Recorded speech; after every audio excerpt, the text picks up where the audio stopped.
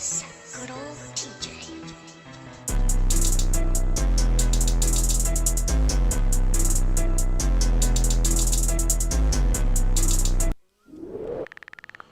Konnichiwa, News Roger Boy guy. Back with another reaction video. Into the video, guys, we are doing another Atako Day Kun video. And big shout out. I know I haven't said this yet.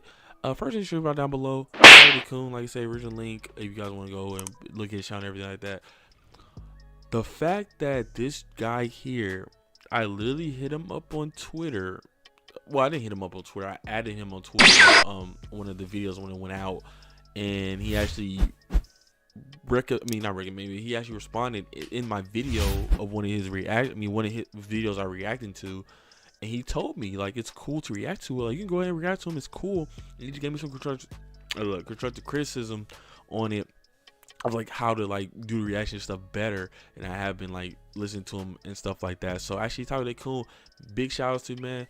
MVP, man. Like I said, go ahead and go follow him, man. Go and subscribe to his channel, man. First thing you sure about down below, he's a real MVP. There's not gonna be no copyrights, no nothing with this guy. Like, so like I said, he's cool, he's chilled, and I do like his content. Like, I've been watching his content before. I just never did reactions to because I never had a YouTube channel up until this point. But I'm really like, I don't know why. Like, I just wanted to just put that out there. Like, shouts to Atako Day Kun. MVP, you are the MVP. Appreciate you. You one of the guys that have, like, I like to react to like their videos and stuff like that for anime. So I really thank you. But like, subscribe on the video, guys. As well, hit the bell notification. Make sure you click all so we know if time to make future upload. And yeah, guys. So this one is called Astolfo's trending for his Monster Dai Time. So yeah, I don't know what is this gonna be talking about in general, but I mean, last time we did a daytime video, did pretty good on the channel. It was talking about like the actual like overall like how to get into Fate, I believe it was, I think. And it was like, I think we probably did that video probably like 3-4 months ago, maybe 5 months ago. I don't even remember, but it's been a minute. But alright, guys, so without further ado, let's get right into it. So play. Hey, Astolfo was trending on Twitter this weekend. I always thought trending was for corporate shills and algorithm abusers like it is on YouTube. So why Astolfo? Oh.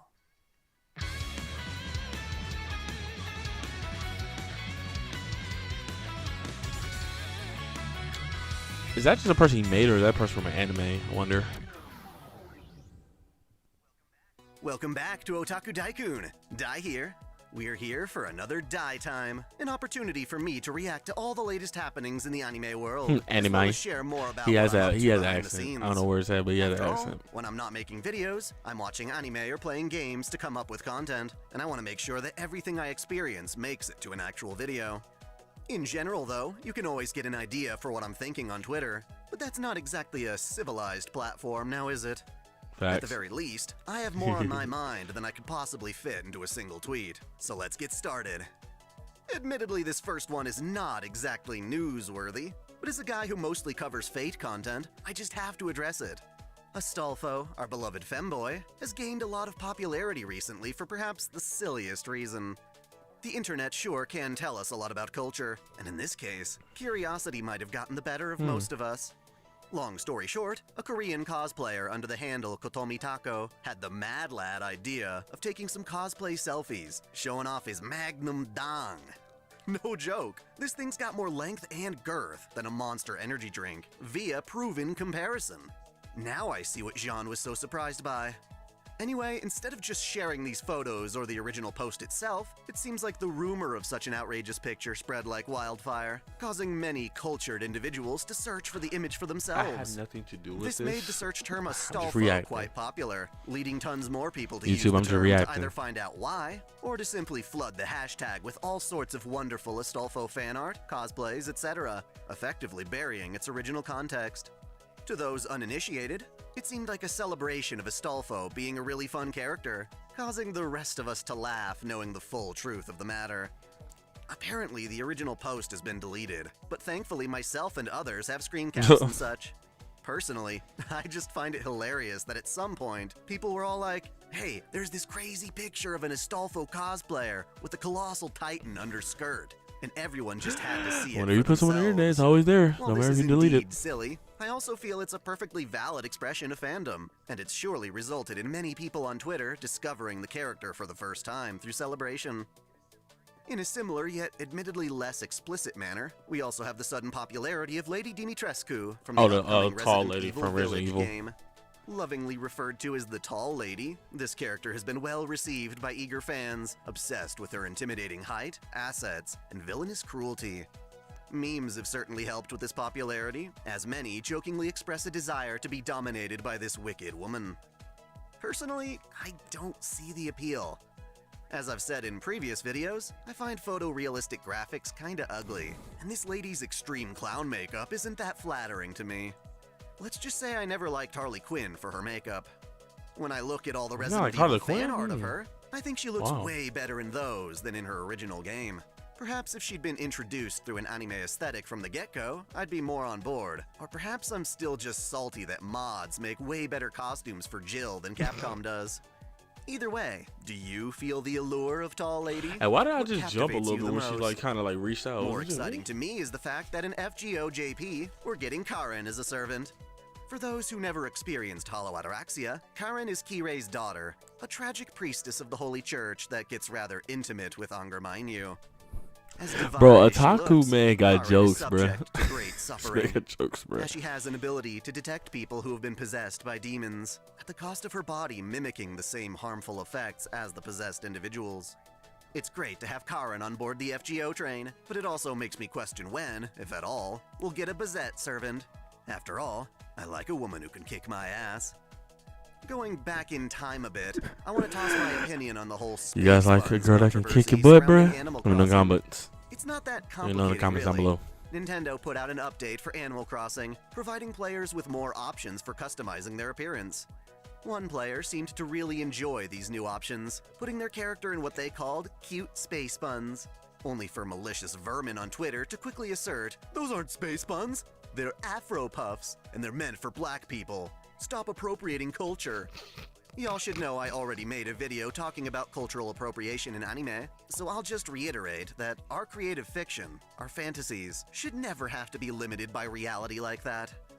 In this game, you talk to animals, and if we're going I like to be this that is actually like a unrealistic little to like begin with, different why would we give a damn about whether it's possible for a white person flow to get Afro puffs or not? for video. Character customization exists in games to give a genuinely egalitarian approach to expression. It should allow players to do what makes them happy, and it's bullshit to try and tell someone else how they should design their character. Reducing all of these options to cosmetic choices for the player helps us escape certain biological I've just never been a big restrictions that often Animal Crossing prompt fan. I racist don't know. behaviors.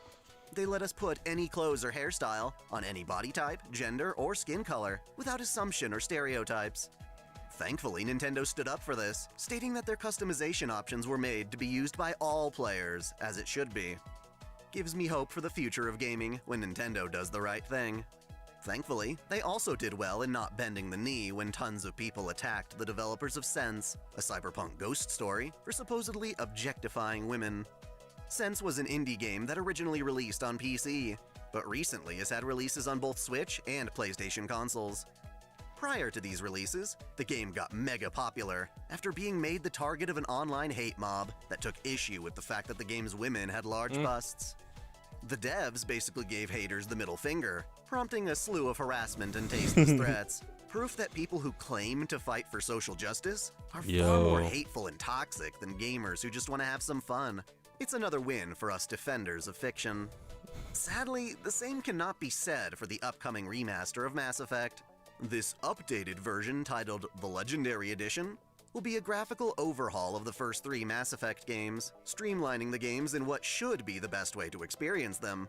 However, while improving things like visuals and gameplay, the devs at BioWare also decided to improve the game's woke factor by altering camera angles that dared to show off the butts of its female characters, specifically Miranda. The new devs claim that the original camera angles served no purpose, so they changed them in an attempt to appease female gamers. I've been over this kind of thing many times before, but what stands out to me is that while these camera angles aren't necessary or profound in any way, they did give the game a certain personality that will no longer be present. Sometimes, damn, she's got a nice ass, is an aspect of a character's design. It frames how other characters see them. Is removing these butt shots ruining the game? Not exactly, but neither was their inclusion in the first place. Even if we are to admit that the angles truly are problematic, I just can't stand this culture of pretending the past never happened, like we can't celebrate something older in spite of its faults. Next, I want to talk about VTubers. Calliope Mori of Hololive recently released a rap song that called out other virtual YouTubers for not producing content. She was criticizing a rather strange subculture surrounding VTubers, in which people would create their avatars, introduce themselves as up-and-coming content creators, yet never debut with any videos. Instead, they just hang around on Twitter and give hot takes. In theory, there's nothing wrong with this. It's great that people online have found a new way of expressing themselves, forming supportive communities around a common interest. What bothers me, however, is that I don't think we should really be calling these people VTubers at all.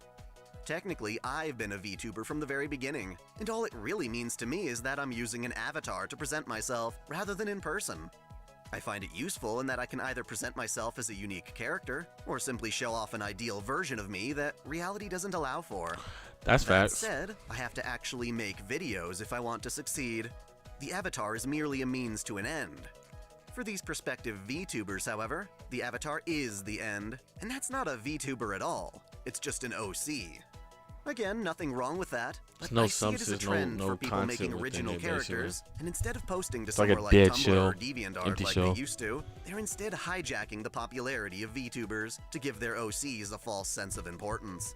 Then, many of them have the gall to call out creators like PewDiePie and Pokimane for exploiting the VTuber community, forgetting the fact that literally anyone these days can make and use an avatar, and that's the beauty of it. As ridiculously basic and lazy as PewDiePie's default Vroid avatar is, the fact that he used that avatar to create content makes him a more valid VTuber than half the people who have yet to debut. Right. Honestly, I debuted the very moment I posted my first video 6 years ago. And yeah, I'm nowhere near where Hololive is. I don't have that kind of marketing powerhouse. Dang, but 6 at least years? I never expected anyone to subscribe to me just because I exist. Again, I don't mean to deny anyone their expression either. I just wish the term VTuber actually applied to people who, well, tube. As a complete side tangent, I also find it kind of frustrating how very few VTubers using anime avatars actually seem to cover anime content. Like, I love anime avatars, but I don't see what any of that has to do with Minecraft, Fall Guys, or Among Us. Props to Kiara for streaming Atelier Ryza. Another case of hijacking a term for its popularity comes from Idris and Sabrina Elba, who claim they're making their very own anime. Huh? Okay, I love me some Avatar, Korra, and Ruby, and I feel that in many cases these works might as well be considered anime, since their fandoms overlap and they're clearly inspired by anime actually produced in Japan. Even Korea and China have games that might as well be anime despite not being made Yeah, in I'm Japan. gonna pause. I'll pause right here. So, okay, so the thing is, okay, so this is what I want to know, because I just recently did Anime House file reaction on RGC World 1's channel. And in their video, they was like, because they the cartoons was attacking the Anime House. And the cartoons was like Avatar, Teen Titans, stuff like that, right? So, I just want to ask, because I've watched Teen Titans, I watched Avatar, stuff like that, right? The big thing I want to ask out of all of them cartoons, well, they're saying they're cartoons, would you consider Avatar a cartoon or an anime? Even though it came from Nickelodeon, will you still consider that a cartoon or an anime? Because Dragon Ball Z came from Toonami and all that from Cartoon Network, but we consider that an anime. Will we consider Avatar: The Last Airbender an anime? Yes or no? Or you can't consider no cartoon like that from Nickelodeon an anime at all? Let me in the comments down below. I want to have a discussion about that. I really am curious on this. All right, so let's get back to it and play. Heck, it's great when we get anime-styled works that are willing to explore more international ideas, rather than taking place in the same generic-ass high schools. However, anyone in Hollywood who claims to love anime, and either wants to make their own or adapt a popular franchise, is going to have me skeptical.